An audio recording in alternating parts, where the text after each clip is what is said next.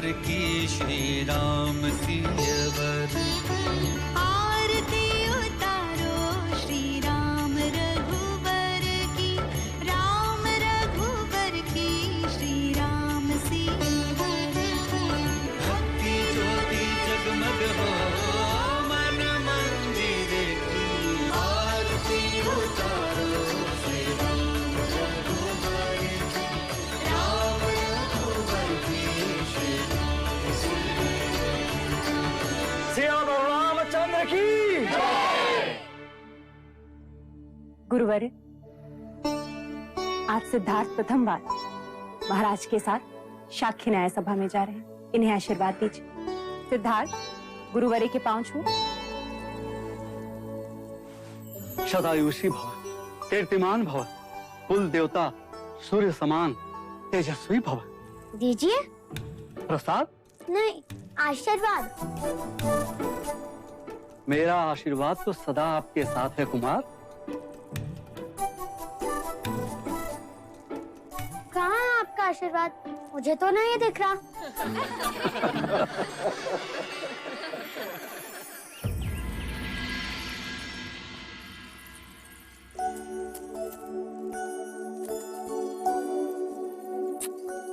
क्या न्याय सभा जाने के लिए इतने आभूषण पहनना आवश्यक है माँ? हाँ, क्यों? तभी तो तुम युवराज लगोगे। तो क्या आभूषण ना पहनने से युवराज युवराज नहीं होते? तुम्हारा नाम सिद्धार्थ नहीं, प्रश्न होना चाहिए था। महादेवी, युवराज को काला टीका लगा दे, कहीं इन्हें आप ही की दृष्टि ना लग जाए।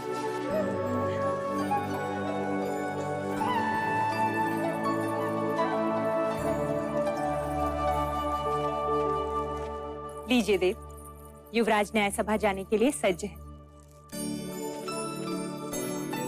मुझे इतने आभूषण पहना दिए हैं कि अब तो मैं ढंग से खेल भी ना सकूंगा। पुत्र, तुम युवराज हो, इतना बोझ तो तुम्हें उठाना ही होगा। चलें? क्षत्रिय ऐसे नहीं है, ऐसे चलते हैं।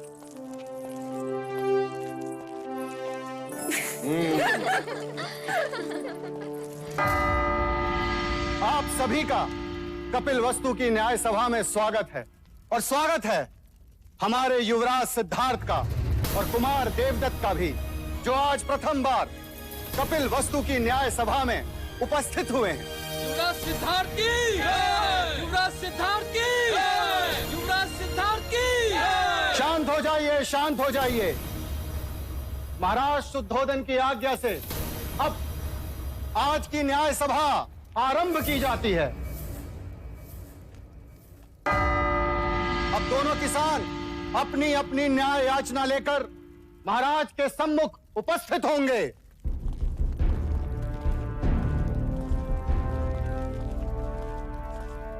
प्रणाम महाराज। क्या याचना है? महाराज, मेरी याचना इस कुशल के विरुद्ध है। इसने मुझसे पिछले वर्ष अनाज उधार लिया था, ये कहकर कि वो अनाज इस वर्ष मुझे लौटा देगा, मगर महाराज आज तक इसने वो अनाज मुझे लौटाया ही नहीं। कैसे लौटाऊं महाराज? पिछले 2 साल से उपज नष्ट हो रही है, इस साल भी कुछ हाथ नहीं लगा। ये असत्य बोल रहा है महाराज। आप चाहे तो अपनी सिपाही से पूछ सकते हैं। जब सिपाही इसे लेने आया था उस समय भी ये अपने गेहूं को तेल लगाकर उसे बोरियों में भर रहा था। महाराज, मेरे पास 2 ही बोरी गेहूं है, उसी से मैं अपने परिवार का पोषण पूरे वर्ष करूंगा महाराज। गेहूं को तेल लगा के इसलिए रख रहा था कि वो खराब ना हो, और आपके सिपाही मुझे पकड़ के यहाँ ले आए। वो 2 बोरी गेहूं भी मैं इनको दे दूंगा, तो हम खाएंगे क्या? महाराज, अगर ये अनाज नहीं दे सकता तो इससे कहिए कि ये अपने खेत दे दे। अगर मैं खेत दे दूंगा तो अनाज कभी न लौटा पाऊंगा महाराज। दोनों पक्षों ने अपनी राय रख दी है, अब महाराज न्याय करेंगे। युवराज सिद्धार्थ, कुमार देवदत्त। पहले मैं न्याय दूंगा। अवश्य। महाराज, मेरा मत है कि हम न्याय क्षत्रिय विधि से करें। कुशल ने गौरी को दिया वचन पूरा नहीं किया, इसीलिए कुशल को अपना खेत गौरी को देना चाहिए। महाराज, ऐसा न्याय न करें महाराज, हम नष्ट हो जाएंगे। दया करें महाराज। कुमार सिद्धार्थ, तुम कहो।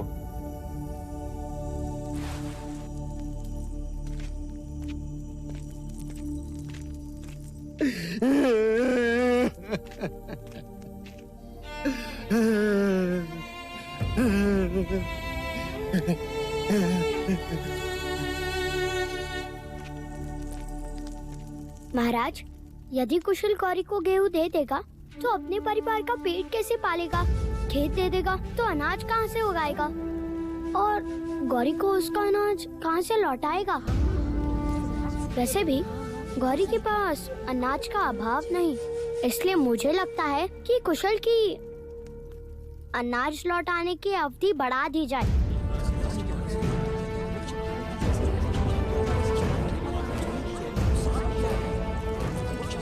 मैं देवदत्त के न्याय से सहमत हूं। यदि व्यापारी अपना वचन पूर्ण नहीं करेगा तो राज्य का व्यापार रुक जाएगा। इसलिए कुशल को, गौरी को कुछ न कुछ तो देना ही होगा। क्षमा करें महाराज, चलते समय मेरे पास जितने पन थे वो सब गौरी को दे दिए मैंने। महाराज, इसने मुझे कुछ नहीं दिया। महाराज, गौरी असत्य कह रहा है। महाराज, मैं असत्य क्यों बोलूंगा? महाराज, आप कहें तो मैं सत्य का पता लगा सकता हूँ। ठीक है तो करो परख, कौन है सत्य और कौन असत्य। सिक्के दो गौरी। किंतु युवराज, ये सिक्के तो मेरे हैं।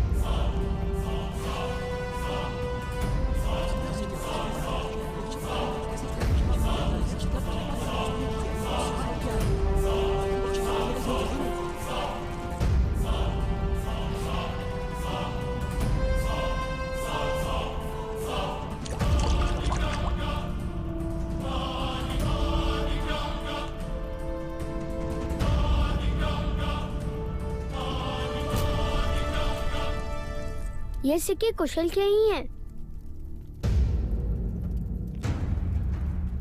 इस बात का क्या प्रमाण है कि ये सिक्के कुशल के ही हैं? क्योंकि जब कुशल ने सिक्के दिए तब वो गेहूं को तेल लगा रहा था और तेल सिक्कों पर लगा है।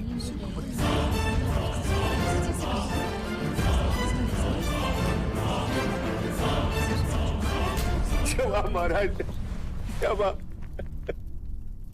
ये सिक्के कुशल के ही है महाराज, कुशल की। इससे ये प्रमाणित होता है कि कुशल ने गौरी को सिक्के दिए थे और इसके नियत में कोई खोट नहीं। कुशल के अनाज लौटाने की अवधि बढ़ा दी जाती है और गौरी को असत्य बोलने के लिए 10 कोड़े मारने का दंड सुनाया जाता है। नहीं महाराज, मुझे क्षमा कर दो, मुझे क्षमा कर दो। 10 सिक्कों के लालच ने मुझे अंधा बना दिया महाराज, अंधा बना दिया। मैं अगर आज के बाद असत्य बोलूं तो मेरे अनाज और खेत सब आपके। महाराज, गौरी को क्षमा कर दीजिए। अब से वो कभी असत्य नहीं बोलेगा।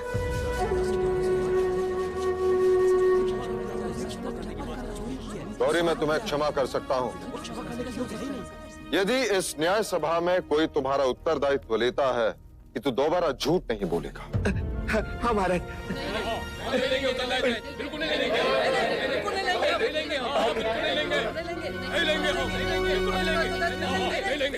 देखा गौरी, तुम्हारा उत्तरदायित्व लेने के लिए कोई तैयार नहीं, इसलिए तुम्हें 10 कोड़े मारने का दंड। महाराज, गौरी का उत्तरदायित्व मैं लेता हूँ।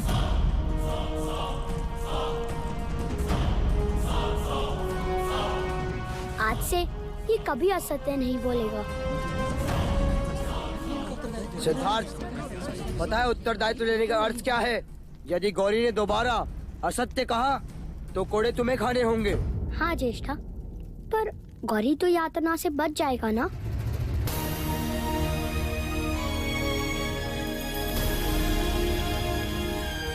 युवराज सिद्धार्थ की जय हो। युवराज की, युवराज की, युवराज की, युवराज की, युवराज की, युवराज की, युवराज की, युवराज की।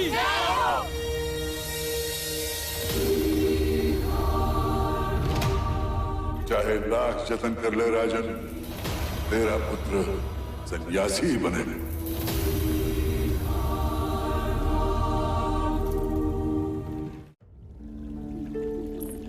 सारे नगर में सिद्धार्थ की न्याय कुशलता की चर्चा हो रही है। पूरा कपिलवस्तु खुश है। क्या हुआ देव? क्यों मना शांत है? आज तो आपके क्षत्रिय ने पूरी न्याय सभा जीत ली। न्याय करना क्षत्रिय का लक्षण है और बुद्धिपूर्वक न्याय करना ज्ञानी का लक्षण। परंतु अपराधी का उत्तरदायित्व लेना करुणा का लक्षण है प्रजापति। और राज्य करुणा से नहीं चलता। राजा को वज्र से भी कठोर होना चाहिए। जब अपराधी के चमड़ी पर कोड़े पड़ते हैं तो उसे उसकी पीड़ा नहीं, अपने न्याय के गर्व की अनुभूति होनी चाहिए। किंतु देव, युवराज अभी बालक हैं और सुबह की धूप कच्ची ही होती है। इसी कच्ची धूप को प्रखर करने का समय आ गया है प्रजापति। ठीक कहा। हम सिद्धार्थ को तक्षशिला के गुरुकुल भेजेंगे। सिद्धार्थ तक्षशिला नहीं जाएगा। तो क्या आप सिद्धार्थ को गुरुकुल की शिक्षा से वंचित रखेंगे? मैं उसके लिए यही गुरुकुल बनाऊंगा। मेरी आंखें ही उसके लिए तक्षशिला होगी। हमारे कुल के सभी बालक एक साथ यही पढ़ेंगे, कपिलवस्तु में।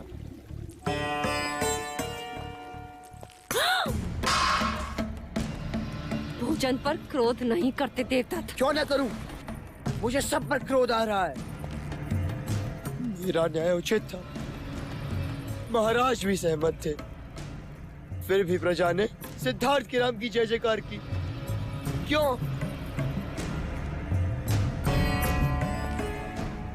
आंसू पोंछो देवदत्त, इस भांति रोते नहीं। अब तुम बड़े हो गए हो। यदि आप महाराज से बड़े होते तो राजगद्दी हमारी होती। देवदत्त, सची तो कह रहा है वो। इस भांति बड़ा होकर भी देवदत्त छोटा नहीं बनता। आप इसके पिता हैं। आपके आंखों में इसके आंसुओं का कोई मूल्य नहीं। क्या चाहते हैं आप? कि देवदत्त भी सिद्धार्थ के पीछे पीछे घूमता रहे जैसे कि आप महाराज के पीछे घूमते हैं? मंगला,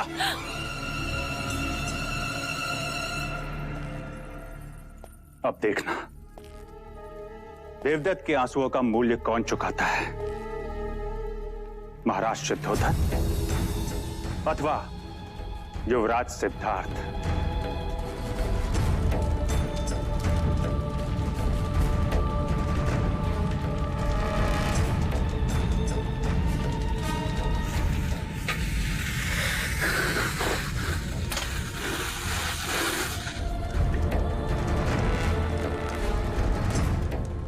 लीजिए महाराज, ज्यों की त्यों है, रत्ती भर भी अंतर नहीं है।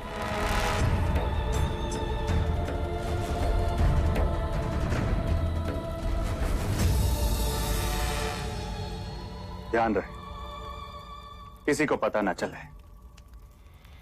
महाराज, अगर मुंह बंद करने का कुछ मूल्य मिल जाता तो।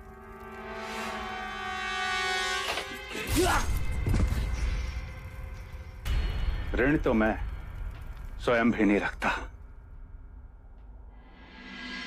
अरे अरे इधर इधर, अरे उधर नहीं, उधर नहीं, उधर नहीं, अरे उधर, अरे इधर इधर इधर इधर, अरे उधर इधर इधर, अरे इधर इधर, अरे इधर इधर।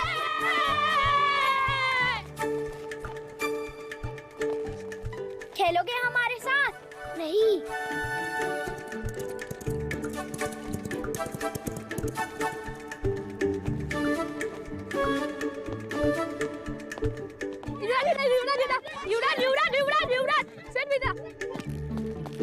कुमार, वहाँ मत जाइए, वहाँ युवराज खेल रहे हैं। चल।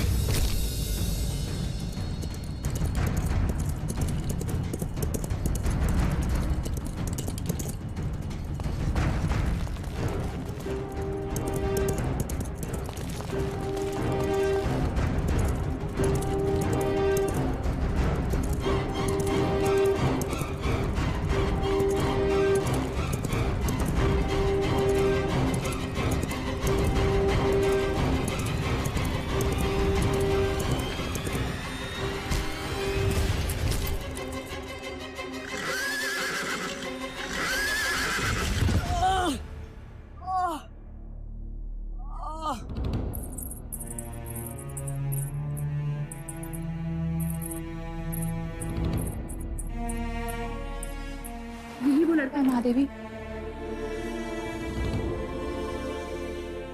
क्या नाम है तुम्हारा? चन्ना, चन्ना महादेवी। ये तुम्हारा पुत्र है सूर्य? जी। भीतर आओ। जी नहीं युवराज, मैं आज ठीक हूँ। वो सारथी पुत्र है, वो भीतर नहीं आ सकता। क्यों? वो ओछी जात के हैं, उन्हें छूते नहीं। ओछी जात? ये जात क्या है? जैसे आप युवराज हैं और वो सारथी पुत्र है। तो वो मुझसे भिन्न कैसे? आपका जन्म राजप्रासाद में हुआ है, इसलिए आप युवराज हैं, और वो छोटे घर में रहता है, इसलिए सारथी पुत्र है। इसमें क्या भिन्नता है? घाव होने पर उसे भी तो रक्त आता है। जब आप बड़े हो जाएंगे तो अपने आप समझ जाएंगे। पर मैं तो अभी समझना चाहता हूँ।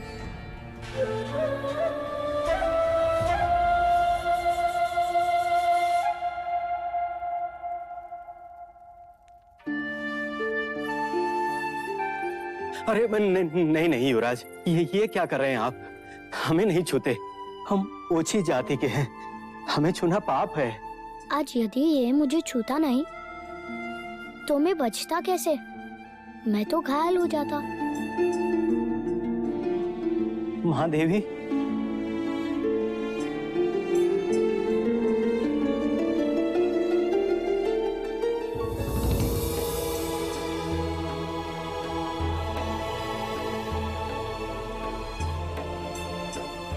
देवदत्त कैसा है? उन्हें अधिक चोट आई है, और ये बात तो मुझे अब बता रही है। चल। देवदत्त, महाराज को पता चलेगा तो क्या होगा, तुम्हें पता है? देवदत्त कैसा है मंगला दीदी? देखो ना, सिद्धार्थ को बचाते बचाते घोड़े पर से गिर गया।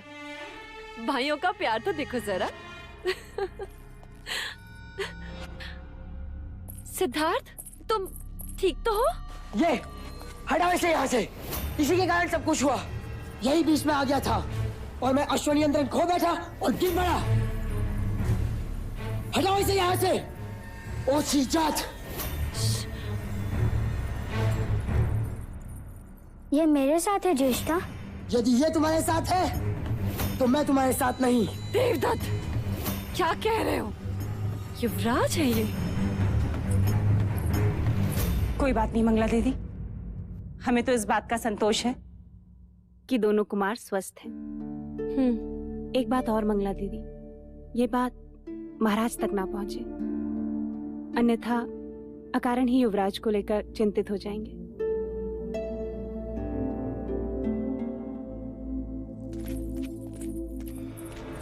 मैं भी तो यही चाहती हूँ कि महाराज को पता ना चले।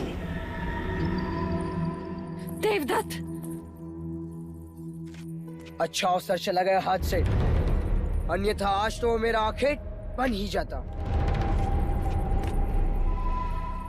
आखेट करना है तो धैर्य रखना सीखो, अन्यथा स्वयं ही आखेट बन जाओगे।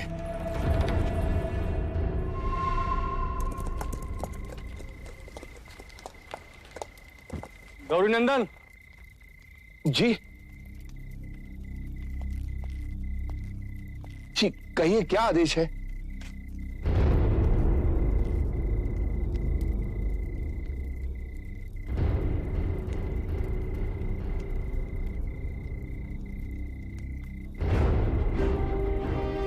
महाराज के आदेश का पालन होना चाहिए। जी।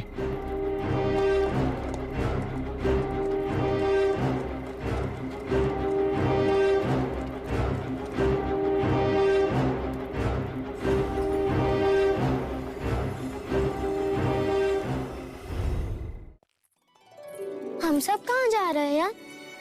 हम सब हर वर्ष की भांति वक्र मंगल उत्सव के लिए जा रहे हैं। तो क्या हर वर्ष की भांति अमिता बुआ भी आएगी? हाँ, आएंगी। और यशोधरा? वो भी आएगी। हरि ओम अग्नेन्द्रोदं पुरोदधे हव्यवाहमुपब्रवे देवा आशादय। खेतों की उपज फूले फले, इसलिए भगनी और ब्राह्मणों को भूदान दीजिए।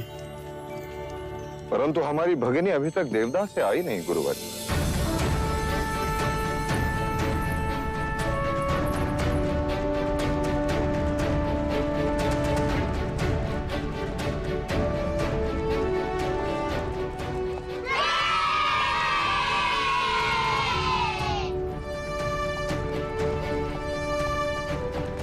यशोधरा, क्या ये तुम्हारा हाथी है? हाँ, कुंज है इसका नाम। क्या ये मेरा मित्र बनेगा? हाँ, बनेगा। वैसे तो वो रथ या पालकी से आती है, इस बार वो हाथी पर कैसे आई? ये हाथी जानबूझकर हमें नीचा दिखाने भेजा है महाराज दंडपानी ने, जिससे ये सिद्ध हो जाए कि वो हमसे अधिक धनी है। ये हाथी नहीं महाराज, उनका अहंकार है।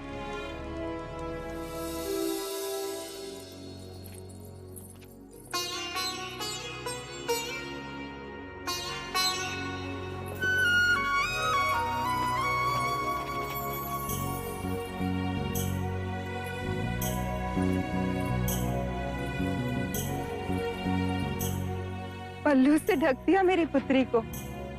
इसका अर्थ जानती हो क्या? अब से ये तुम्हारी हुई।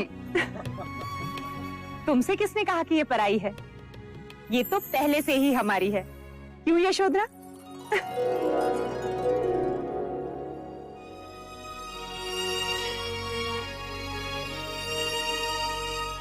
भैया, हर वर्ष की भांति इस वर्ष भी कपिलवस्तु के खेतों की उपज फले फूले।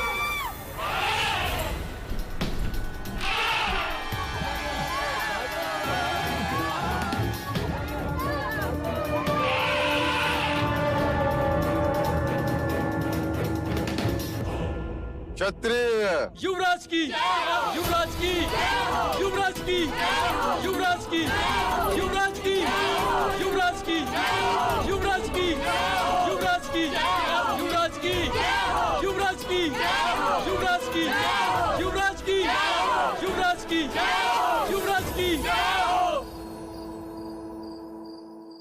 हाँ, अब मैं पासे फेंकता हूं। चौसर खेलते समय सामने वाले के मुख की ओर ध्यान नहीं होना चाहिए, उसके हाथों की ओर ध्यान होना चाहिए, अन्यथा वो कपट कर सकते हैं।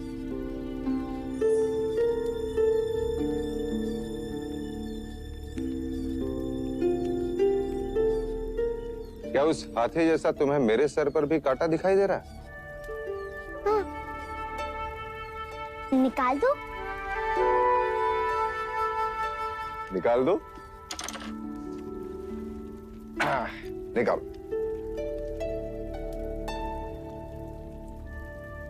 ये देखिए, इसका रंग इतना भिन्न क्यों है? अब क्या उत्तर देंगे, कैसे समझाएंगे कि सफेद बाल वृद्धत्व का संकेत है? फिर वो पूछेगा वृद्धत्व क्या होता है? कुमार, जैसे आपके छोटे पुराने दांत टूटकर नए दांत आ गए, उसी प्रकार बालों का रंग बदलकर वो गिर जाते हैं और उसकी जगह पे नए बाल आ जाते हैं। वैसे ही जैसे पेड़ की पत्तियां अपना रंग बदलती हैं। बिल्कुल वैसे हैं। सही समय पे आई। युवराज को नींद आ रही है, ले जाओ।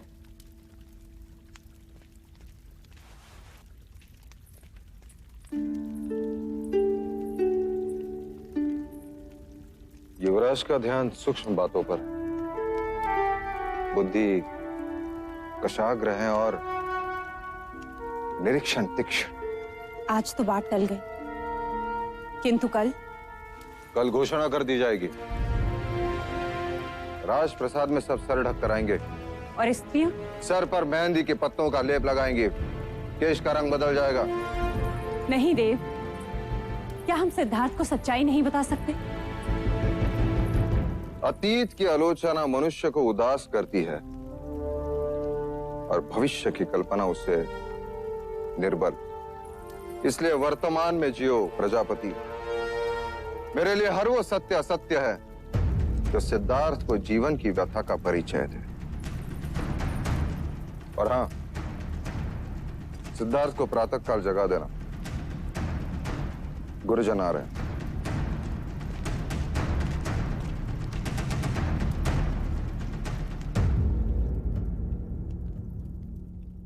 जैसे आपके छोटे पुराने दांत टूटकर नए दांत आ गए, उसी प्रकार बालों का रंग बदलकर वो गिर जाता है।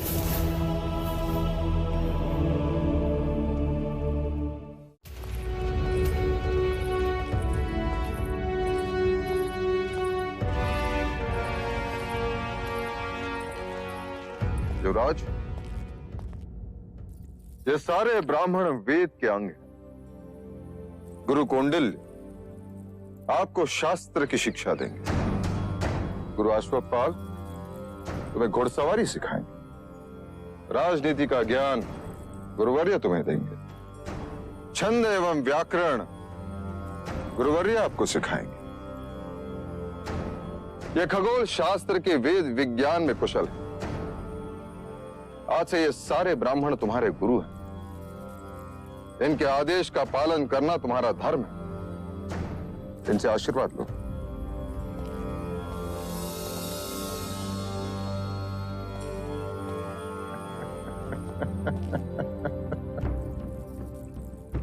तो तुमने शिक्षा न प्राप्त करने का हक छोड़ ही दिया। अब से तुम सिद्धार्थ के साथ ही पढ़ोगे। जी महाराज। कह रहा था जब युवराज सिद्धार्थ पढ़ाई करने गुरुकुल जा रहे हैं तो मैं अकेला क्या करूंगा।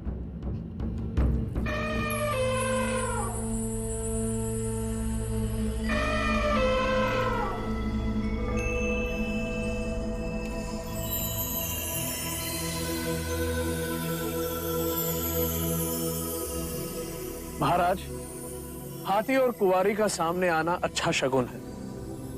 युवराज अवश्य महान विद्वान बनेंगे। क्षमा करें गुरुवर्य, केवल महान विद्वान नहीं, महान राजा बनेंगे। ऐसा योद्धा जिसे संपूर्ण भारतवर्ष ने कभी ना देखा।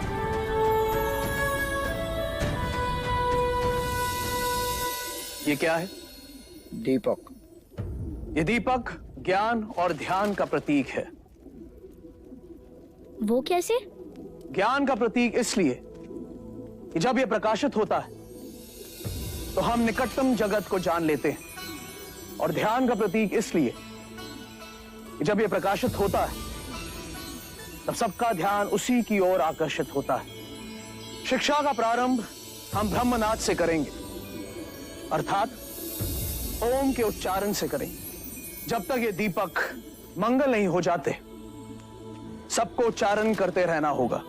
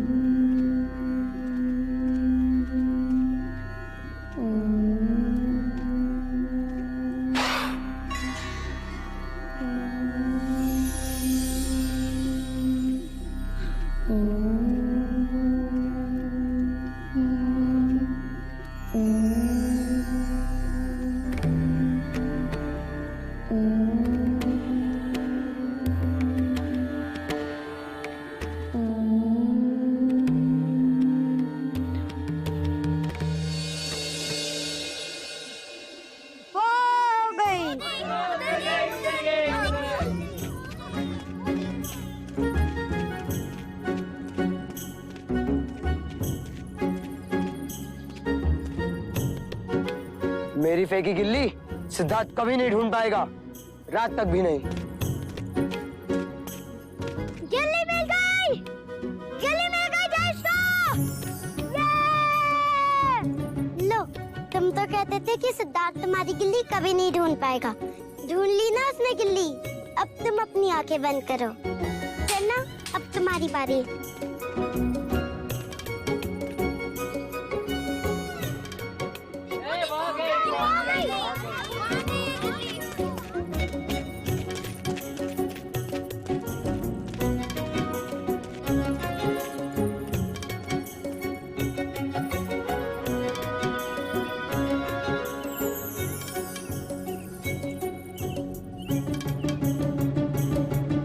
मिल गई गिल्ली, मिल गई। ढूंढ ली मैंने, सिद्धार्थ से भी कम समय में। लेकिन ऐसा कैसे हो सकता है?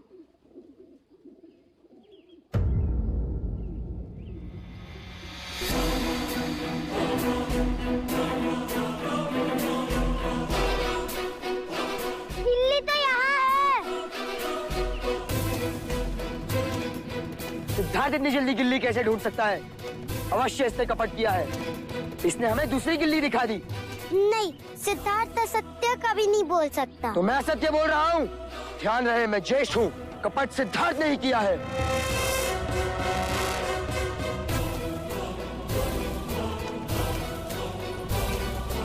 देखा कैसे चला गया?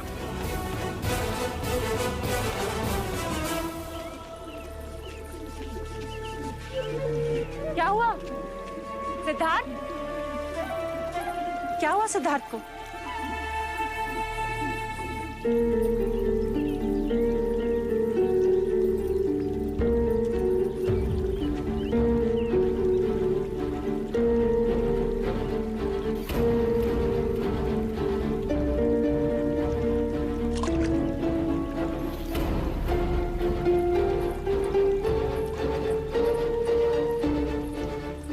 सिद्धार्थ, तुमने सत्य कहा, तुमने कपट से खेल जीता। महाराज को इस बात का पता चलेगा तो उन्हें कितना दुख होगा, जानते हो तुम? तुमसे यह अपेक्षा नहीं थी मुझे। सच कह के हार जाते तो इतना दुख नहीं होता। तुम्हारा दंड यह है कि मैं तुमसे अब बात नहीं करूंगी।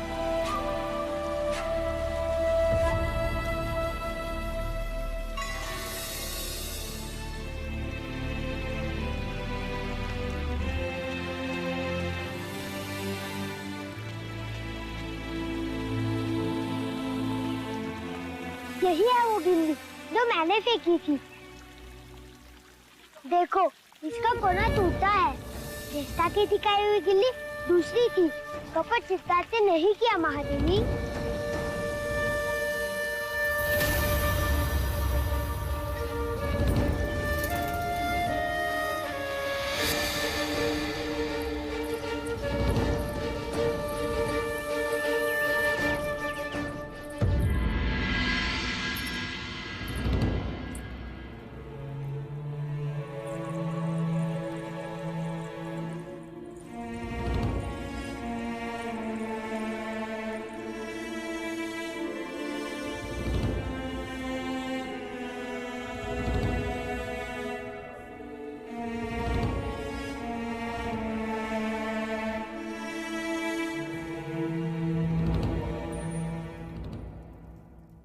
माँ, आप रो क्यों रही हो माँ? पुत्र, तू सही था तो तूने प्रतिकार क्यों नहीं किया? क्यों नहीं कहा कि असत्य तूने नहीं देवदत्त ने कहा था? माँ, आप ही ने तो कहा था बड़ों का मान रखना। मैं चेष्टा को झूठा कैसे कहता? यदि वो झूठा प्रमाणित होते तो उन्हें दंड मिलता। किंतु दंड तुझे मिला सिद्धार्थ। असत्य का आचरण देवदत्त ने किया। तू सच क्यों नहीं बोला? मैं सच्चा था इसलिए चुप रहा। क्योंकि सत्य स्वयं प्रकाशित होता है, उसे कोई छुपा नहीं सकता। ऐसा मैंने गुरुजी कहते हैं। किंतु व्यवहार में ऐसा नहीं होता पुत्र। स्वयं को बचाना मनुष्य का कर्तव्य है। अर्थात झूठ का आचरण करता। पुत्र, खरे सोने में भी जब मिलावट होती है ना, तभी आभूषण बनता है। अब से याद रखूंगा माँ। अच्छा बता, अब मेरा क्या प्रायश्चित है? अकारण ही तुझे दंड दिया।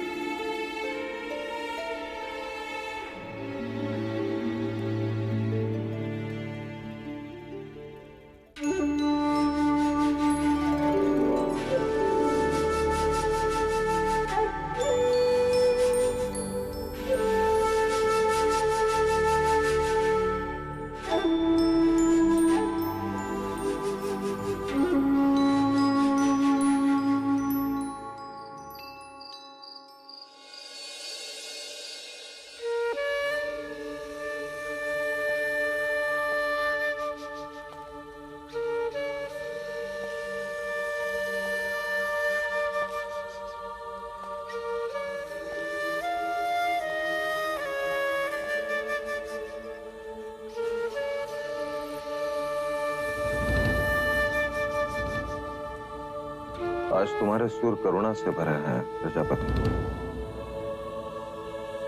तुम दुखी हो।